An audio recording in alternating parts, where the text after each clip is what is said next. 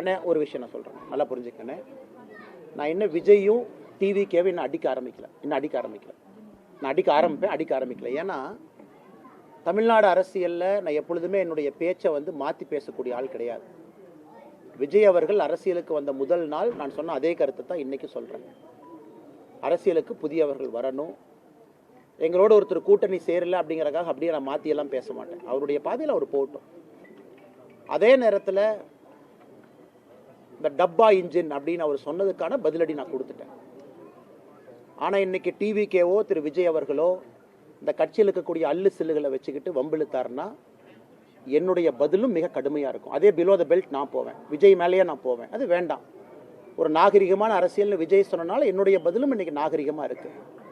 இந்த 2ஆம் கட்ட 3ஆம் கட்ட 4 கட்சி மாறி வந்தவங்க அவங்கெல்லாம் வச்சுக்கிட்டு பிலோ த பெல்ட் போகணும்னு நினச்சாங்கன்னா அதே விஜய் அவர்களுக்கு, அதே டிவிகேக்கு, அதே பாணியில், அதே பிலோ த பெல்ட்டில் அதை விட சிறப்பான பதில் சொல்ல தெரியும். வேண்டான்னு நினைக்கிறேன். அரசியலுக்கெல்லாம் நாகரிகமாக இருக்கட்டும், அவருடைய பாதையில் அவர் போகட்டும், மக்கள் முன்பு அவருடைய கருத்துக்களை வைக்கட்டும். அது ஏற்கனவே நான் சொன்னது போல் இவிஎம் மிஷினில் நம்முடைய தமிழகத்தினுடைய வாக்காளர் பெருமக்கள், எல்லா தலைவர்கள், எல்லா கூட்டணி கட்சி தொண்டர்கள், தலைவர்கள் சொல்வதெல்லாம் கேட்டுட்டு ஏப்ரல் மாதத்தில் வரக்கூடிய தேர்தலில் அவங்களுடைய எண்ணத்தில் இருக்கிறத பிரதிபலிக்கட்டும். அது காத்திருப்போம். அதே நேரத்தில் தேசிய ஜனநாயக கூட்டணி வெற்றி பெற வேண்டும் என்பதற்காக கடுமையாக உழைத்து கொண்டிருக்கின்றோம். அதனால தான் நீங்கள் சொல்லும் பொழுதே சில பேர்த்துக்கு நான் பதில் சொல்ல விரும்பலின். ஏன்னா 2nd லெவல் 3rd லெவல்னு போக ஆரம்பிச்சு நான் பதில் சொல்ல ஆரம்பித்தா இதுக்கு எண்டே இல்லை. அதனால் இது ஒரு வார்னிங்காக கூட அவங்க எடுத்துக்கிட்டோம். ஆனால் இன்னைக்கு ரொம்ப ஒரு ஆச்சரியமான விஷயம் என்னன்னாங்கன்னா, நியூஸ் 24/7 தொலைக்காட்சி நிறுவனம் இன்று காலையில் அந்த வீடியோவை வெளியிட்டிருக்கிறாங்க. அந்த வீடியோவை பார்க்கும் பொழுது அந்த சம்பந்தப்பட்ட எம்எல்ஏ திரு பழனியாண்டி அவர்கள் நேரடியாக அங்கே இருக்கிறாங்க. காவல்துறை இருக்கிற மாதிரி எனக்கு தெரியுது. 25 லட்சத்திற்கும் மேற்பட்ட அந்த உங்களுடைய கேமரா லைவ் எக்யூப்மெண்ட்டு, அந்த எலக்ட்ரானிக் ஐட்டமை சேதப்படுத்தி இருக்கிறாங்க. நேரடியாக அந்த எம்எல்ஏவே தாக்குறார். இதைவிட ஒரு கிளியர் கட் ப்ரூஃப் என்ன வேணும்? ஆனால் கரூர் மாநகர காவல்துறை கண்காணிப்பாளர் அவர்கள் கொடுத்திருக்கக்கூடிய பத்திரிகை அறிக்கை முற்றிலும் பொய் என்பது இதிலிருந்தே தெரியுது. அதனால் முதலமைச்சர் அவர்கள் தன்னுடைய கட்சியை சார்ந்த ஒரு எம்எல்ஏ, ஒரு சட்டமன்ற உறுப்பினர், அவர் தப்பாக நடத்தக்கூடிய, சட்டத்திற்கு புறம்பாக நடத்தக்கூடிய கல்குவாரி, அதை படம் பிடிக்க செல்லக்கூடிய ஒரு நிருபர், கதிரவன் என்கின்ற நிருபர், அவரை தாக்கியும் இத்தனை காலமா அது மௌனம். இன்னைக்கு அவங்கெல்லாம் பணம் கேட்டு எங்களை பிளாக்மெயில் பண்ணாங்க, அதனால நாங்கள் ஒரு இன்னொரு செக்ஷனை போட்டு இந்த ரிப்போர்ட்டரை தூக்கி உள்ள வைக்கட்டுமா அப்படிங்கிற ஒரு நெரேட்டிவும் செட் பண்ணுறதுக்கு ஒரு கும்பல் கிளம்பி இருக்கு. இதெல்லாம் தமிழக முதலமைச்சர் நேரடியாக தலையிடணும். இதையெல்லாம் முளையிலே கிள்ளி எறியணும். அவருடைய கட்சி எம்எல்ஏவின் மீது அவர் நடவடிக்கை எடுத்தார்னா தமிழகத்தில் சட்டம் ஒழுங்கு இருக்குன்னு நம்ம நம்பலாம். ஆனால் கடந்த 4.5 ஆண்டுகளில் பார்க்கும் பொழுது தமிழகத்தில் அதிகமாக சட்டம் ஒழுங்கு பிரச்சனையை உருவாக்குவதே திமுக காரங்க தான். ஒன்று திமுக காரங்க நிறைய இடத்துல கஞ்சா விட்டு மாட்டுறாங்க, அல்லது எம்எல்ஏவை போன்றவர்கள் நேரடியாக களத்தில் இறங்கி ரிப்போர்ட்டரை தாக்குறாங்க. இதை விட தமிழகத்தில் சட்டம் ஒழுங்கு அதல பாதாளத்தில் இருக்கு அப்படின்னு படம் பிடித்து காட்டுவதற்கு என்ன வீடியோ வேண்டும் முதலமைச்சர் அவர்களே? அதனால் உடனடியாக எஃப்ஐஆரை போடுங்க, கைது பண்ணுங்க, தூக்கி உள்ள வைங்க. எம்எல்ஏவாக இருந்தாலும் பரவாயில்ல. எதுவுமே செய்யாமல் ஒப்புக்கு சப்பானியாக ஒரு காவல்துறையை, கரூர் காவல்துறையை வைத்துக்கொண்டு ஏதோ இந்த குற்றவாளி யார் அப்படின்னா இந்த நிருபர் குற்றவாளி அப்படிங்கிற மாதிரி ஒரு பிம்பத்தை கட்டமைக்கிறீங்க. அதையும் வன்மையாக கண்டிக்கத்தக்க ஒரு நிகழ்வு. முடிச்சுட்டு உங்கள்கிட்ட வர்றேங்கண்ணே, கேளுங்க. தமிழகத்துல என்டிஏவுக்கு எடப்பாடி பழனிசாமி தான் தலைமைன்னு நைனா நாயந்தர் உட்பட எல்லாரும் சொல்றாங்க. ஆனா அவர் பாஜக தலைமை அப்படின்ற மாதிரி ஒரு நேற்று நான் பதில் சொல்லியிருந்தேங்கன்னா, அது எங்களுடைய கட்சி, எங்களுடைய கூட்டணி, எங்களுடைய தலைவர்கள் அவங்க மக்கள் முன்னால எப்படி அப்படின்னு சொல்லிட்டாங்க. திரு விஜய் அவர்கள் கைத்தட்டு பெறுவதற்காக அவங்க கட்சிக்குள்ள அவர் என்ன வேணாலும் நரேட்டிவ் செட் பண்ணிக்கிட்டு அது அவருக்கு விட்டது. அதனால் தமிழக மக்கள் எல்லோருக்குமே தெரியும் யார் இன்னைக்கு முதலமைச்சராக இருக்கிறாங்க, எதிர்கட்சி தலைவராக யார் இருக்கிறாங்க, தேர்தலுக்கெல்லாம் எப்படி இருக்குன்னு. ஆனால் இன்னைக்கு விஜய் அவர்களை பொறுத்தவரை நான் ஏற்கனவே நேற்று காலையில் கோயம்புத்தூரில் சொன்னது போல அந்த அரங்கத்துக்குள் இருக்கக்கூடிய தன்னுடைய தொண்டர்களுடைய விசிலுக்காக, கைத்தட்டலுக்காக பேசிய பேச்சாக மட்டும்தான் இருந்தோ தவிர ஒரு டெப்தா, ஒரு சிந்திக்க வைக்கக்கூடிய ஒரு வாக்காளனா எதற்கு நான் உங்களுக்கு ஓட்டு போடணும், எதற்கு மாற்றம் வேண்டும் அப்படிங்கிற பேச்சா இல்லை. அதனால் அதை கடந்து போய் விடலாங்கண்ணா. திருப்பரங்குன்றத்துல அந்த நீதிமன்றம் உத்தரவிட்டு தீபம் ஏற்ற விடல. ஆனா நீதிமன்றத்துல போய் அந்த மன்னிப்பு கடிதம் கொடுத்திருக்காங்க. நிபந்தனையற்ற மன்னிப்பு கடிதம் மாவட்ட ஆட்சியர் கொடுத்திருக்காங்க. தமிழக அரசு கொடுத்த மாதிரி தான் நம்ம பாத்துக்கிறோம். 100%ங்க. தமிழக அரசு முதலமைச்சரே வந்து கொடுத்ததா தான் எடுத்துக்கணும். ஒரு மாவட்ட ஆட்சியர் என்பது முதலமைச்சரை ரெப்ரசன்ட் பண்ணக்கூடிய ஒரு ஸ்டேட் இன்ஸ்ட்ருமெண்ட். அவர் அந்த மாவட்டத்தில் ஸ்டேட் யார், அரசு யாருன்னு கேட்டிங்கன்னா மாவட்டத்தினுடைய ஆட்சியர், காவல் கண்காணிப்பாளர், போலீஸ் கமிஷனர்.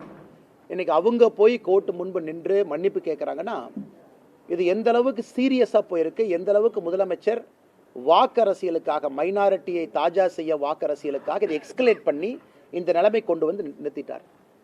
இன்னைக்கு யார் பலிகாடாவாக மாறி இருக்கின்றார்கள் என்றால் அந்த மாவட்டத்தினுடைய ஆட்சியரும் காவல்துறை கமிஷனரும் இன்னைக்கு பலியாடு மாதிரி நிற்கிறாங்க. அதனால தான் நேற்று நாங்கள் பத்திரிகையாளர் சந்திப்பில் கேட்டது, இன்னும் நீதியரசர்கள் ஒரு படி மேலே போய் அந்த ஆட்சியருக்கு யார் ஃபோன் பண்ணாங்க, ஆட்சியருக்கு இந்த மாதிரி செய்ய சொன்னது யார்? ஏன்னா ஏற்கனவே அந்த டிவிஷன் பெஞ்சு அதில் நமக்கு ஊர்ஜிதம் ஆயிருச்சு. அந்த 144 CRPC என்ன போட்டாங்களோ அதே ஃப்ராட் என்பது நமக்கு தெரிஞ்சிருச்சு. அது டிவிஷன் பெஞ்சிலேயே சொன்னாங்க இதே ஒரு ஃப்ராட் அப்படின்னு. ஆனால் இன்னைக்கு தப்பான ஒரு 144 தடை உத்தரவு போட்டு அதில் யாரோ மேலிருந்து கொடுத்த அழுத்தத்திற்கு பணிந்து ஒரு காவல்துறையும் மாவட்ட ஆட்சியரும் தான் செய்ய வேண்டிய கடமையிலிருந்து தவறி இன்னைக்கு தமிழ்நாடு ஸ்டேட்டே மக்கள் மன்றத்தில் அவமானப்பட்டு நீதியரசர்கள் முன்பு நீதிமன்றத்தில் வெட்கி தலைகுனியும் அளவுக்கு இன்னைக்கு நிலைமையை கொண்டு வந்து விட்டுருக்கிறாங்க. இதிலிருந்தே புரிந்து கொள்ள வேண்டும், கலவரத்தை ஏற்படுத்துவதற்கு முயற்சி செஞ்சது யார்? பழிய வந்து இன்னைக்கு நம்முடைய கட்சியின் மீது, நம்முடைய தோழர்கள் மீது, சகோதரர்கள் மீது போடுறாங்க. இன்னைக்கு வெட்ட வெளிச்சமாக நீதிமன்றத்தில் தமிழக மக்களுக்கு எல்லாம் தெரிஞ்சிருச்சு, இந்த திருப்பரங்குன்றம் பிரச்சனையை உருவாக்கியதே திராவிட முன்னேற்ற கழகம் தலைமையிலான அரசு. காரணம் எதற்காக? வாக்கு அரசியலுக்காக, ஓட்டு அரசியலுக்காக. பிரவீன் சக்கரவர்த்தி என்ன சொல்றாருன்னா, தாவேகா 2வது இடத்துக்கு வந்துருவாங்க, அதிமுக 3வது இடத்துக்கு போயிருவாங்க, தாவேகாவுடைய வாக்கு சதவீதம் அதிகமா இருக்கு, நாங்க கூட்டணி வச்சதுனால கூட எங்களுடைய வாக்கு சதவீதமே குறைந்துருச்சு அப்படின்லாம் கூட அவர் பேசியிருக்காரு. ஆனா அதுல ஒரு 2 கருத்துல ஒரு கருத்து, தமிழகத்தை பொறுத்த வரைக்கும் பல ஆண்டு காலமாக இது ஒரு காங்கிரஸ் ஸ்டேட்டாக இருந்துச்சு. காங்கிரஸ் மாநிலமாக, காங்கிரஸை விரும்பக்கூடிய ஒரு மாநிலமாக தமிழ்நாடு பல ஆண்டு காலம் இருந்திருக்கு. இந்தியாவில் மற்ற பகுதியில் காங்கிரஸ் வருவதற்கு முன்பே தமிழகத்தில் காங்கிரஸ் மிகப்பெரிய தலைவர். இன்னைக்கும் காங்கிரஸ்னு ஒரு கட்சி இருக்குன்னா ஒரு ஐடென்டி தலைவர்கள் பார்த்தீங்கன்னா ராஜாஜி ஐயா ஆரம்பித்து காமராஜர் ஐயா வரைக்கும் நிறைய சொல்லிக்கிட்டே போகலாம். இடையில முக்கியமான தலைவர்கள் எல்லோருமே முதலமைச்சர் நாற்காலியில் அமர்ந்திருந்தாங்க. இன்னைக்கு அந்த காங்கிரஸ் கட்சி எப்படி இருக்குன்னா, திரு பிரவீன் சக்கரவர்த்தி அவர்கள் பிரதிபலிக்கக்கூடிய காங்கிரஸ் கட்சியா இருக்கு. கூட்டணி ஒரு பக்கம், ஆசை இன்னொரு பக்கம். டெல்லியை பார்த்துக்கிட்டு இருக்கிறாங்க. டெல்லியிலிருந்து வரக்கூடிய தலைவர்களுடைய எண்ணம் வேறு மாதிரி இருக்கு, காங்கிரஸ் கட்சியினுடைய எண்ணம் வேறு மாதிரி இருக்கு. ஆனால் இன்னைக்கு பார்த்தீங்கன்னா காங்கிரஸ் கட்சி தமிழகத்தினுடைய தலைவருடைய நிலம் எப்படின்னா, தன்னுடைய சொந்த கட்சியை சார்ந்த ஒருவர் தனியார் தொலைக்காட்சி நிறுவனத்துக்கு பேட்டி கொடுத்து இவங்க வளர்ந்துட்டாங்க, திமுக வளர்ந்துச்சுன்னு எங்கேயுமே சொல்ல, திமுக ஆட்சிக்கு வரணும்னு எங்கேயுமே அவர் சொல்லலை. அவர் மீது நடவடிக்கை கூட எடுக்க முடியாத நிலைமையில தான் தமிழக காங்கிரஸ் கட்சியினுடைய தலைவர் உட்கார்ந்துருக்கிறார். பத்திரிகை நண்பர்கள் ஏன் நடவடிக்கை எடுக்கலன்னு கேட்டால், நான் டெல்லிக்கு அனுப்பியிருக்கேன், டெல்லியில் முடிவு பண்ணுவாங்க. அதாவது ஒரு கட்சியில் ஒரு தொண்டனின் மீது ஒரு நடவடிக்கை எடுக்கக்கூட முடியாத ஒரு மாநில தலைவராக இருக்கக்கூடிய காங்கிரஸ் கட்சி இன்னைக்கு எதற்கும் டெல்லியை பார்த்து எதிர்பார்த்து கொண்டிருக்கின்றார்கள். இந்த ஒரு காரணத்துக்காகத்தான் காங்கிரஸ் அழிஞ்சிச்சு. தமிழகத்தில் இருந்த பவரை தூக்கி டெல்லியில் கொடுத்தாங்க. கர்ம வீரர் காமராஜரையை எப்படி இங்கே ஆட்சியை நடத்தினாங்க. அதன் பிறகு இந்திரா காந்தி அம்மையார் டேக் ஓவர் பண்ணதுக்கப்புறம் கர்ம வீரர் ஐயாவை தோற்கடிக்க வேண்டும் என்கின்ற ஒற்றை காரணத்திற்காக 1972 தேர்தலில் திராவிட முன்னேற்ற கழகத்தினுடைய கூட்டணி 234 தொகுதியில் ஒரு தொகுதியும் கூட காங்கிரஸ் நிற்காம 1972 பாதி பாராளுமன்ற தொகுதியில் காங்கிரஸ் நின்னாங்க. அன்னைக்கு ஆரம்பித்த வீழ்ச்சி காங்கிரஸ் இங்கே இருக்கு. நான் காங்கிரஸ் கட்சியை பற்றி கமெண்ட்ரி கொடுக்க வேலை என் வேலை இல்லைங்கண்ணா. ஆனால் நிச்சயமாக காங்கிரஸ் கட்சியினுடைய வீழ்ச்சி தமிழகத்தில். ஆனால் இன்னும் அவங்க பாருங்க, 63 சீட் காங்கிரஸ் நின்னாங்க 2011. அதன் பிறகு 40 சில்லற சீட்டுக்கு வந்தாங்க. அதன் பிறகு 25 சீட்டுக்கு வந்துட்டாங்க. ஸோ 60 சீட்டில் நின்ன ஒரு கட்சி அதே திமுக கூட்டணியில் வெறும் 10 ஆண்டுகளில் இன்னைக்கு 25 சீட்டில் வந்து நிற்குது. ஆனாலும் காங்கிரஸ் கட்சி இன்னைக்கு பேசும் பொருளாக இருக்குது. காரணம், தேவையில்லாமல் பிரதமர் மீது வைக்கக்கூடிய அவதூறான பேச்சுக்கள் எல்லாம், பாராளுமன்றத்தில் ராகுல் காந்தி அவர்கள் செய்யக்கூடிய சில தேவையில்லாத விஷயங்கள் எல்லாம். அதனால் இன்றைக்கும் பிரவீன் சக்கரவர்த்தி அவங்க சொல்கிறத சொந்த கருத்துன்னு தான் காங்கிரஸ் சொல்ல போகிறாங்க. அவர் சொந்த கருத்துங்க, ஆனால் கேட்டால் all India data analytics wing head அப்படிம்பாங்க. அதனால் இது காங்கிரஸ் கட்சிக்கான பிரச்சனை. காங்கிரஸ் கட்சி எப்படி இருக்குது அப்படிங்கிற மக்கள் மன்றத்தில் என் கருத்தாக இதை நான் வைக்கின்றேன். சார் அண்ணாமலை ஓபிஎஸ் அவர்கள் வர்றதுக்கு எதுவும் வாய்ப்பு இருக்கா சார்? நீங்க வந்து அவரோட ரொம்ப தொடர்பு இருந்தீங்க, நல்ல தொடர்புல. இப்போ அவர் தனிச்சுடப்பட்ட மாதிரி தெரியுது. அவர் வர யாரும் தனித்தல்ல எங்கேயும் போகலீங்கன்னா காலம் இருக்கிறது, காத்திருங்கள், பொறுமையா இருங்க, எல்லாம் நல்லதாக நடக்கும். தமிழகத்தில் 2026 திராவிட முன்னேற்ற கழகத்தினுடைய ஆட்சி தூக்கி எறியப்பட வேண்டும் என்று மக்கள் தெளிவாக நினைக்கின்றார்கள், விரும்புகின்றார்கள். அதற்கு என்ன நடக்கணுமோ அது நடக்குங்கண்ணா. அண்ணாமலை பாஜகவில் என்ன நிலைமையில இருக்கிறாருன்னே தெரியலன்னு சேகர் பாபு பேசியிருக்கிறாரு சார். ஆனால் நான் சேகர்பாபு ஒரு மாதிரி அண்டி பிழைக்கிற ஆண்டி இல்லைங்கண்ணா. இந்த பள்ளி எல்லாம் பார்த்தீங்கன்னா இந்த செவுத்தில் ஒட்டிக்கிட்டு சுற்றிக்கிட்டு இருக்கும் வீட்டில். அந்த பள்ளி கத்துனா மட்டும்தான் செவுத்தில் ஒட்டி இருக்கிறது தெரியும். இன்னைக்கு சேகர்பாபு அவரை பார்க்கணும்னா முதலமைச்சரனுடைய ஜீப்பில் ஓரத்தில் பள்ளி மாதிரி ஒட்டிட்டு போவார். ஸ்ரீரங்க கோயிலில் எல்லாம் 4000 ரூபா டிக்கெட் வாங்கி சொர்க்கவாசலில் பார்க்கறதுக்கு போவாங்க. அதே சேகர்பாபு எப்படி அடாவடியாக சென்னையினுடைய ரவுடியா எப்படி இருந்தாரோ 20 ஆண்டுகளுக்கு முன்பு கோவிலில் இன்னைக்கும் அறநிலையத்துறை அமைச்சராக அதே ரவுடியா தான் இருக்கிறார். எல்லாம் நவருங்க. யாருன்னா சேகர்பாபுவும் அவருடைய குடும்பமும் போய் பெருமாளை ஃபர்ஸ்ட் பார்க்கணும். ஐயா அவங்க பண்ண பாவத்தை எல்லாம் கோயிலில் கழுவணுமா. கும்பாபிஷேகம் நடக்கும், லோக்கலில் யாரோ 5 ரூபா 10 ரூபா 20 ரூபா போட்டு கும்பாபிஷேகம் நடத்துவாங்க. சம்பந்தமே இல்லாத காவி வேட்டியை கட்டிக்கிட்டு பள்ளி மாதிரி மேலே ஒரு ஜீவன் தொத்திக்கிட்டு இருக்கும். அது யாருன்னு பார்த்தா சேகர்பாபு. அந்த மனிதருக்கெல்லாம் பதில் சொல்லி என் தரத்தை நான் தாழ்த்திக்க விரும்பலிங்கன்னா, செவுத்தில் ஒட்டியிருக்கிற பள்ளியும் அறிவாலய செவுத்தில் இருக்கிற பள்ளியும் முதலமைச்சருடைய ஜீப்பில் சைடில் ஒட்டிட்டு போகிற ஜந்துவும் ஒரே பேர் தான், அது சேகர்பாபு. திமுக கனிமொழி எம்பி வந்து சொல்லியிருந்தாங்க, நாங்க ஆட்சிக்கு வந்தோம்னா டாஸ்மாக் கடையில மூடுவோம், மதுவில கொண்டு வரோம். கிழிச்சாங்க. அண்ணே கனிமொழி அவர்கள் நல்ல ஒரு மனநிலை மருத்துவரை போய் பார்க்கணும், நல்ல மருத்துவரை போய் பார்க்கணும்.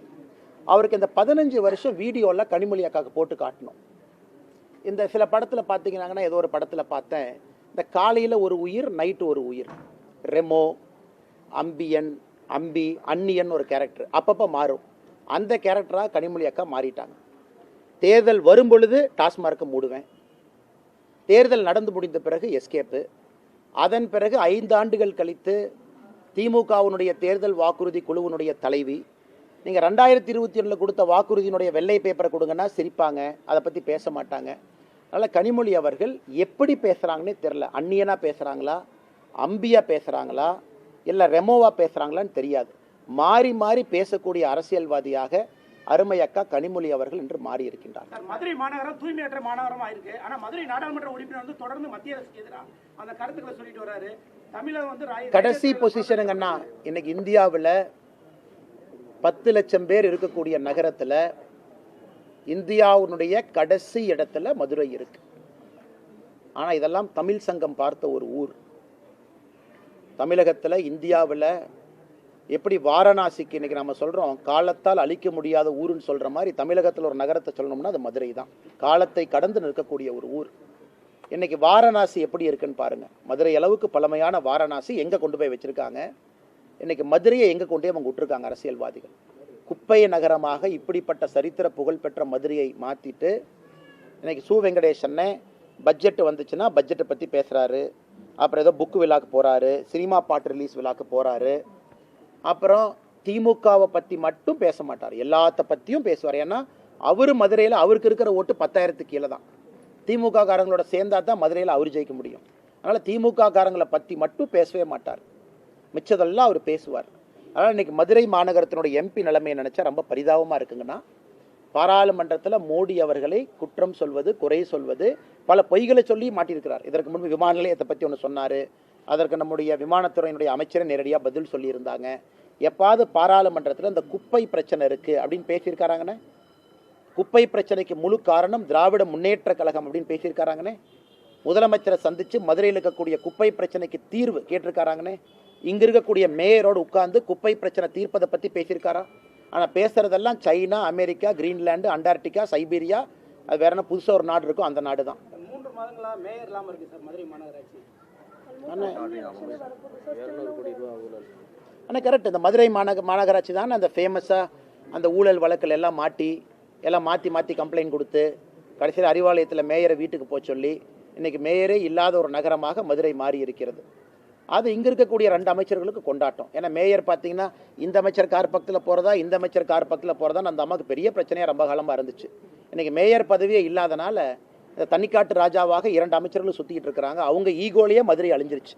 இன்றைக்கி தமிழ்நாட்டில் ஒரு ஊர் திராவிட முன்னேற்ற கழகத்தினுடைய 2 அமைச்சர்கள் இருக்கக்கூடிய ஒரு ஊர், அவர்கள் இருவருடைய ஈகோல அழிஞ்சிருக்குன்னா அது மதுரை. இருவருடைய தனிப்பட்ட ஈகோல மதுரை மாநகராட்சியும் மதுரை நகரத்தையும் குப்பை நகரமாக மாற்றி எங்கேயோ கொண்டு நிறுத்தி வச்சிருக்கிறாங்க. சார் கடைசியா ஒண்ணு இப்ப நீங்க தெளிவான விளக்கம் கொடுத்துட்டீங்க சார். ஏன் அந்த தேர்தல் பொறுப்பாளர்ல இருந்து விலகினேன், அப்பாவுடைய உடல் அண்ணா நீங்கள் கேட்டதுக்காக மறுபடியும் சொல்கிறேங்கண்ணா. அண்ணா நல்லா புரிஞ்சுக்கணும் அண்ணா, இந்த தேர்தல் பொறுப்பாளர் என்பது கட்சியினுடைய அமைப்பு வேலை. கட்சியினுடைய அமைப்பு வேலை. இந்த பூத்து சக்தி கேந்திரம் நம்முடைய தொண்டர்களை சந்திப்பது அமைப்பு வேலை. அதுக்கு நம்மக்கிட்ட நிறைய தலைவர்கள் இருக்கிறாங்க, நிறைய திறமையான தலைவர்கள் இருக்கிறாங்க, அவங்க நிறைய செய்வாங்க. இந்த அமைப்பு வேலையை பொறுத்தவரை பாரதிய ஜனதா கட்சியை பொறுத்தவரை ஒரு ஆத்மார்த்தமான வேலை. ஒரு தொகுதினா நீங்கள் அங்கேயே போய் தங்கி இருக்கணும், 2-3 நாட்கள் அட்டஸ்டச்சாக இருக்கணும், வீடு வீடாக போகணும், தொண்டர்கள் எல்லாத்தையும் நம்ம தயார் நிலைப்படுத்தணும், அதன் பிறகு ஆர்கனைசேஷனை சரி பண்ணணும், பூத் அளவெல்லாம் ரெடி பண்ணணும், பூத் கமிட்டியை செக் பண்ணணும். இது முழுவதுமாக ஒரு அமைப்பு வேலை. இன்னைக்கு அமைப்பு வேலை செய்யணும்னா முழுமையாக நேரம் கொடுத்து நீங்கள் பண்ணணும். அங்கே இருக்கணும், நீங்கள் கட்சி உங்களை எதிர்பார்க்கணும், சொல்கிற டேட்டுக்கு நீங்கள் அங்கே போகணும். ஏன்னா மாநில தலைவராக இருக்கும் பொழுது நாங்கள் அதை செஞ்சுருக்கோம், எல்லா தலைவர்களும் அதை செஞ்சுருக்கிறாங்க. இன்னைக்கு நான் அந்த நேரம் கொடுக்க முடியாத சூழ்நிலையில் நான் இருக்கேன். இந்த நேரத்துக்கு 7ஆம் தேதி போங்க, என்னால் 7ஆம் தேதி போக முடியுமான்னு தெரியலிங்கண்ணா. அதான் நேற்று அதுக்கான காரணம் நான் சொன்னேன். மற்றபடி அரசியல் வேலையும் இன்னைக்கு நம்முடைய இளைஞரணி தம்பியினுடைய திருமணம் இருந்துச்சு. இப்போ தான் திருப்பரங்குன்றத்தில் திருமணத்தை முடிச்சுட்டு இங்கே வர்றேன். அண்ணன் திருமாறன் அண்ணன் அவர்கள் எனக்கு ஒரு சகோதரரை போல. நான் 2-3 நாள் தாமதமாக வந்தாலும் கூட என்னை அதே இன்முகத்தோடு வரவேற்கக்கூடிய அன்னைக்கு அண்ணன் வீட்டில் நான் இருக்கேன். அதனால் இந்த பணி எனக்கு எப்போ நேரம் இருக்கோ ஓடி வந்துடுறேன். உதாரணத்துக்கு 3 நாள் தாமதமாக வர்றேன். அதனால் அமைப்பு வேலையை கட்சி பார்த்துக்கும், தலைவர்கள் இருக்கிறாங்க, தொண்டர்கள் இருக்கிறாங்க, அது ஒரு பக்கம். மற்றபடி அரசியலை பொறுத்தவரை நம்ம பேசணும். ப்ரெஸ் மீட்டில் கேள்வி கேட்குறீங்க, நம்ம என்ன பதில் இல்லைன்னு சொன்னாங்கன்னா அரசியல் கேள்வி கேட்குறீங்க, அதுக்கான பதிலையும் நான் சொல்லியிருக்கேன். அதிலிருந்து பின்வாங்க போவது கிடையாது. அதற்கு கட்சிக்கு நம்ம நேரம் கொடுக்குறோம். ஏன் நம்முடைய அகில இந்திய தலைவர் திரு நிதின் நபீன் அவர்கள் பொறுப்பேற்பதற்கு முன்னாடி நாள் நாமினேஷன் ஃபார்ம் கொடுக்கணும். அன்னைக்கு நான் அகில இந்தியா தலைவர்கள்ட்டையே நான் பர்மிஷன் கேட்டேன், ஐயா இன்னைக்கு என்னால் வர முடியாது, கொஞ்சம் குடும்பத்தினுடைய சூழ்நிலை, நான் நாளைக்கு வந்துடுறேங்க ஐயான்னு. அடுத்த நாள் டெல்லிக்கு போய் அந்த நிகழ்ச்சியில் பங்கேற்றேன். இது எல்லோருமே புரிந்து கொள்வார்கள். ஒரு கட்சியை பொறுத்தவரை எல்லாத்துக்குமே தெரியும் யாரை எங்கே பயன்படுத்தணும், யாரை எங்கே கூப்பிடணும். இது நேற்றிலிருந்து பயங்கரமாக நானும் பார்க்குறேன், டிவியில் அப்படி டிபேட் அப்படி மீடியா அப்படி. ஸோ இந்த அன்னைக்கு அமைப்பு வேலைகளை அடுத்த 30 நாளும் நேரம் கொடுக்கணும். அவங்களுக்கு 5 தொகுதி கொடுத்துருக்குறாங்க, 6 தொகுதி கொடுத்துருக்குறாங்க, 3 தொகுதி கொடுத்துருக்குறாங்கன்னா அவங்க நேரம் கொடுத்து அங்கே இருப்பாங்க. அந்த தொகுதியை வெற்றி தொகுதியாக மாற்றுவாங்க. அதே தொகுதிக்கு நாளைக்கு பிரச்சாரத்துக்கு போகணும், நான் அவைலபிளாக இருக்கேன். மார்ச்சில் சூழ்நிலை மாறி இருக்கும், வாங்கன்னு கேட்குறாங்க, நான் திரும்ப அங்கே போகிறேன். ஆனால் இன்னைக்கு எனக்கு அந்த சரியான நேரத்திற்கு நாம் செல்லவில்லை என்றால் அது கட்சியை அவமானப்படுத்துகிற மாதிரி இருக்கும். அதனால் எப்போவோ நான் கட்சிக்கு சொல்லிட்டேன். நேற்று பத்திரிகையாளர் சந்திப்பில் நீங்கள் அண்ணே கோயம்புத்தூரில் நிற்பீங்களா, அண்ணே இங்கே நிற்பீங்களான்னு கேட்டதுக்காக நான் பதில் சொன்னேன். நானாக சொல்லலை, கேட்டீங்க, நான் பதில் சொன்னேன். எப்பவுமே என்னை பொறுத்தவரை நான் ஒளிச்சு மறைக்கிற ஆள் இல்லை, நேரடியாக பதில் பேசிட்டு போகிறாள். ஏன்னா எப்பொழுதுமே நேரடியாக பேசிட்டோம்னா மனசில் எப்பவுமே பாரம் இருக்காது. அதே நேரத்தில் நண்பர்கள் நன்றாக புரிந்து கொள்ள வேண்டும், பாரதிய ஜனதா கட்சி தேசிய ஜனநாயக கூட்டணியை பொறுத்தவரை 2026 திராவிட முன்னேற்ற கழகம் யூபிஏ, இன்னைக்கு அவங்க மாற்றி மாற்றி பேர் வச்சுக்கிறாங்க, இந்தி அலையன்ஸ் வச்சுக்கிறாங்க, யூபிஏன்னு வச்சுக்கிறாங்க. அது என்ன பேராக இருந்தாலும் கூட அவர்கள் 2026 ஆட்சி கட்டலிலிருந்து இறக்கப்பட வேண்டும் என்பதிலே தெளிவாக இருக்கின்றோம். அண்ணாமலை சார் மீண்டும் கோவையில் போட்டியிடுவாரா? அண்ணே, நம்ம கட்சியை பொறுத்த வரைக்குங்கண்ணே, இந்த கட்சியினுடைய ஒரு நல்ல விஷயம் என்னன்னா, எல்லாத்துக்குமே அந்த கட்சி ஒரு பணி கொடுக்கும், இதை செய்யுங்கன்னு சொல்லணும். ஈவன் சிட்டிங் எம்எல்ஏவாக இருந்தாலும் கூட கட்சி ரீநாமினேட் பண்ணாதான் அவங்க அந்த தொகுதியினுடைய சட்டமன்ற வேட்பாளராக திரும்ப வருவாங்க. அதனால் இந்த கட்சியை பொறுத்தவரை ஒரு அற்புதமான விஷயம் என்னன்னா, கட்சி சொல்லும் யாரு எங்க நிக்கணும், எதற்காக நிக்கணும். 2024 கோயம்புத்தூரில் நிக்கணும், கோயம்புத்தூர் நின்னாச்சு. 2026 எங்க நிக்கணும்னு சொல்லும் பொழுது அங்க நிக்கிறோம். அதே நேரத்தில் எல்லா பகுதியிலையும் வேலை செய்கிறோம். அரசியல் வேலைகள் எல்லா பகுதிக்கு போகிறோம், எல்லா இடத்துலையும் பேசுகிறோம். இன்றைக்கி மதுரையில் இருக்கிறோம், நேற்று கோயம்புத்தூர், அடுத்த 2-3 நாள் நாளைக்கு மத்தியானத்துலேருந்து கோயம்புத்தூரில் இருப்பாங்க, நான் 2 நாளைக்கு. அதனால் எங்கெங்கெல்லாம் நேரம் கொடுக்க முடியுதோ கோயம்புத்தூர்லேருந்து வெளியே வந்து நேரம் கொடுத்துட்டு திரும்ப நான் போய்க்கிறேங்கன்னா, அமைப்பு வேலையை பொறுத்தவரை சொல்லுகின்ற நேரத்திற்கு என்னால் வர முடியாது என்பதை நான் தெளிவுபடுத்தியிருக்கேன். கட்சிக்கும் ரொம்ப நாளைக்கு முன்னாடி சொல்லிட்டேன், அகில இந்திய தலைவர்களுக்கும் ரொம்ப நாள் முன்னாடி நான் சொல்லிட்டேன். அதற்குத்தான் நான் நிதின் நபீன் அவர்களுடைய பதவியேற்பு விழாவையும் கூட உங்களுக்கு ஒரு உதாரணமாக நான் கொடுத்தேன். இந்த குழப்பம் யாருக்கு இருக்கக்கூடாதுங்கிறக்காக ஒரு உதாரணமாக கொடுத்தேன். நன்றி அண்ணா. அண்ணா எஸ்வி சேகர் அண்ணன் ஒரு ட்ராமாவில் தான் நடிச்சிட்டு இருந்தார். அவர் ட்ராமாவில் நடிச்சிட்டு இருந்தார். முதலமைச்சருக்கு ஜிங்ஜா போட்டுட்டு இருந்தார். ட்ராமா கூப்பிட்டு ஐயா ஸ்டாலினை கூட வச்சு ஜிங்ஜா அடிப்பார். அவர் ட்ராமாக்காரர். இன்னைக்கு தமிழ்நாட்டுடைய பிரச்சனை என்னன்னாங்கன்னா, ட்ராமாவில் நடிக்கிறவங்க அரசியலை பற்றி பேசுகிறாங்க. ட்ராமாவில் நடிக்கிறவங்க ட்ராமா நடிங்க. உங்களுக்கு டிக்கெட் விற்கணும், முதலமைச்சர் காலில் உழுவணும், ஏதாச்சும் கலைமாமணி விருது கிடைக்கணும், அதுக்காக சில பேர் தமிழ்நாட்டில் சுற்றிட்டு இருக்கிறாங்க. ஏன் அவங்களுக்கு அரசியலுக்குள்ள? அதாவது நான் வந்து 2014 மோடிக்காக பிஜேபிக்கு வந்தேன், அப்புறம் அண்ணாமலை எதிர்த்து இன்னைக்கு திமுகவுக்கு போயிட்டேன், இந்த மாதிரி சொல்கிறவங்க கருத்துக்களை எப்படி நான் பதில் சொல்ல முடியுங்கண்ணா? அண்ணாமலை இருக்கிறானோ இல்லையோ, நான் பிஜேபியில் இருப்பேன், இது தொண்டர்களுக்கான இயக்கம்னா நான் பதில் சொல்கிறேன். நீ திமுகவுக்கு போகணும், அல்லது நீ ஏற்கனவே சொன்ன மாதிரி ஒரு தம்பி பிஜேபியிலேருந்து அதிமுகவுக்கு போகணும், அதிமுகவில் அந்த தம்பி டிவிகேக்கு போகணும், நீ போகிறனா போய்க்கப்பா, பழியை எம்எல்ஏ போடுற. உனக்கு ஒரு கட்சியின் மீது நம்பிக்கை இருக்குன்னா அந்த கட்சியில் நீ இருக்கணும். தலைவர்கள் வருவார்கள் போவார்கள். இன்னைக்கு நீங்கள் சொன்ன அந்த காமெடி நடிகர் வந்து அப்படித்தான் ஆயிட்டார். ஆனால் நீங்கள் மீடியா நண்பர்கள் என்ன பண்ணுறீங்க? உங்களுக்கு ஒரு டிஆர்பி வேணும். மக்களுக்கு காலையிலேருந்து டிவியை பார்க்குறாங்க. அண்ணாமலை என்ன எப்போ பார்த்தாலும் சீரியஸாக பேசுவார், உலக அரசியல் பேசுவார், டேட்டா பேசுவார். அப்போ காமெடிக்கு ஒரு 2 பேர் வரணும், அவங்களையும் போட்டால் தான் டிவி மக்கள் பார்ப்பாங்க. ஒரு காமெடி நடிகரை போட்டு எனக்கு அப்புறம் போடுறீங்க.